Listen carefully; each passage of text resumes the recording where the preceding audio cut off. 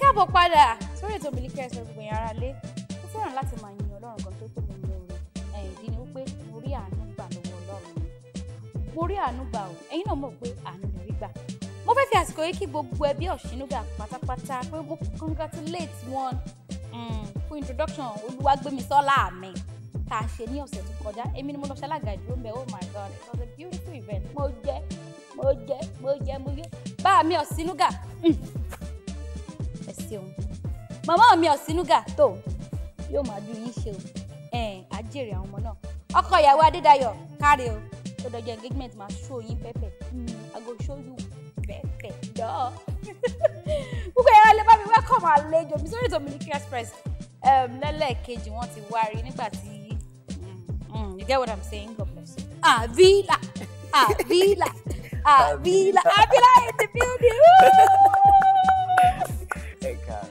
Ẹ káàsán, ẹ kálẹ́, ẹ kú dídí àsìkò yìí, ẹ kú ìyálẹ̀ta, ẹ kú gbogbo ẹ̀ torí àwọn tó dúró àwọn tá à ń tọ́wọ́ wà bóyá àárọ̀ ni o, bóyá ọ̀sán ni o, bóyá alẹ́ torí àwọn tó wà nínú ìlú.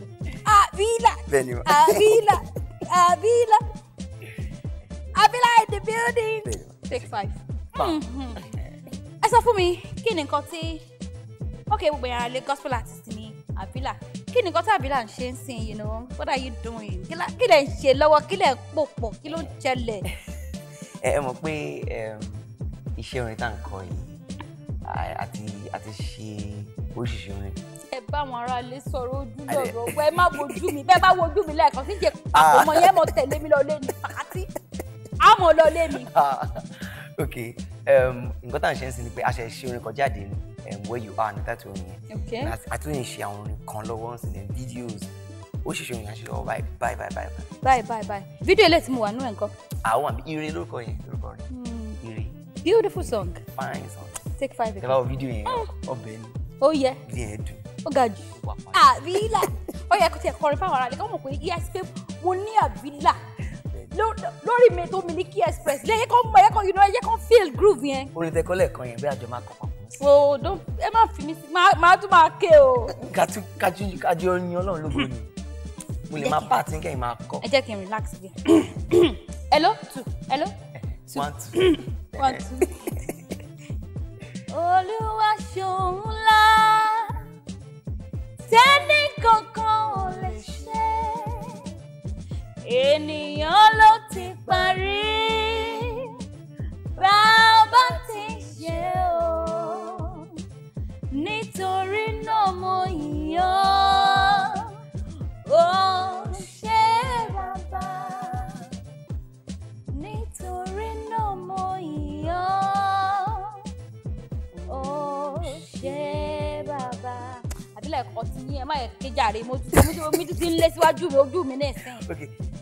Ẹni fẹ́rẹ̀ kó náwó sókè. Ire owó. Ẹni fẹ́rẹ̀ kó náwó sókè. Ire ọmọ. Ẹni fẹ́rẹ̀ kó náwó sókè. Ire àlàáfíà. Ẹni fẹ́rẹ̀ kó náwó sókè. Ire o. Ó dàbí pé ẹ lọ kọrin mọ́jú ni torí ohùn yín fẹ́ há. A ṣe kọrin láti bẹ̀rẹ̀ February láti bẹ̀rẹ̀ ọdún yìí January mo ti ń lọ program almost every day lánàá. Ẹ̀yin gẹ́gẹ́ bí olórin mi ẹ sọ fún mi ṣé orin kíkọ ṣó gbè yín? Are you happy with what you're doing? Bẹ́ẹ̀ bá sọ òyìnbó yín bẹ́ẹ̀ ebi nìkan mọ lórí ọ̀gá àti bẹ́ẹ̀ bá sọ yín fa ènìyàn bí ní ìṣe ní ìṣe. Ẹ jọ̀ọ́ ẹ má fa ẹ̀mí. Inú mi dùn pé mo ń ṣe nǹkan tí mo ń ṣe lọ́wọ́ torí Olúwa ló pè mí sí. Kì í ṣe pé bóyá mo bẹ̀rẹ̀ sí máa kọrin torí owó àbí torí anything tó wà nínú ẹ̀. Kí n tó máa kọrin mo máa ń ṣe pẹ̀lú insurance company kan nílùú àì. Mo máa bá Ọlọ́run sọ̀rọ̀ mo ní Ọlọ́run kí ló fẹ́ kí n ṣe ní ayé mi ṣé nǹkan tí kì í ṣàmà ṣe lè lọ ni àbí kí ló fẹ́ kí n ṣe gangan. Ọlọ́run fi fún mi lórúkọ yẹn Havilah. Kí ni ìtumọ̀ Havilah? Havilah inú Bible ló wà. Ó mean wà ní Genesis 2:11. Ó sọ̀rọ̀ nípa prosperity nípa gbogbo nǹkan tẹ̀yin fẹ́ tẹ̀yin béèrè lọ́wọ́ Ọlọ́run fún ni mo jẹ́. Havilah place of gold.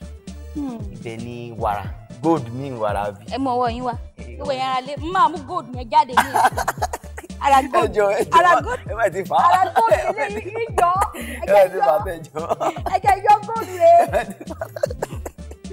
Okay, ẹ sọ fún mi ṣé orin gbé yìí, are you happy with what you're doing? ó gbé mi gan recently mi ò sọ fún orin tá a ṣe ṣe where you are yẹn báyìí ṣe tán máa kan gbọ́ nìyẹn mo máa dẹ̀ dùn máa dẹ̀ sọ pé Havilah mo fẹ́ rí wa mo dẹ̀ rí máa yẹn ní last Sunday máa nǹkan tí mi ò rò máa dẹ̀ lọ́wọ́ dẹ̀ kó document ilẹ̀ paper ilẹ̀ gbogbo ẹ̀ ó dẹ̀ kó fún mi báyìí. Havilah ẹ máa fún mi ní quarter plot àìmọye oto bi yàrá lé tọ́ba ti ṣe láti jẹ ẹja dúró mi dáadé ẹja pọ́ọ̀sì this time Havilah quarter mi ìfẹ́ half ti pọ̀ quarter not okay má rẹ ni yes say yes. ẹ dábàá ti parí program. No, mama will say mommy say yes ẹ̀yin náà say yes. Okay, yes quarter plot say yes. Good. So bí ọlọ́run ṣe ń gbé wa ga ọmọ pọ́lú ọlọ́run tó pè wá sí i kì í ṣe pé a pera wa sínú ẹ̀ so ó ń gbé mi gan I love am. Ìjẹ́ ó jẹ́ iṣẹ́ tẹ̀ lè fi lọ́mọ lọ́wọ́. Bẹ́ẹ̀ni orí iṣẹ́ ìmọ̀ pé ẹ̀mí ọlọ́run ni ó wà nínú ẹ̀ ṣáàlì pé ìbáyé ń kọrin ọlọ́run bá wa sọ̀rọ̀ ọlọ́run máa bá wa sọ̀rọ̀ ó máa kọrin kan ó máa fi orin kan sí wa láhán ẹ̀kọ́ máa kọ́ síta báyìí tẹ́ pé kò sí mi.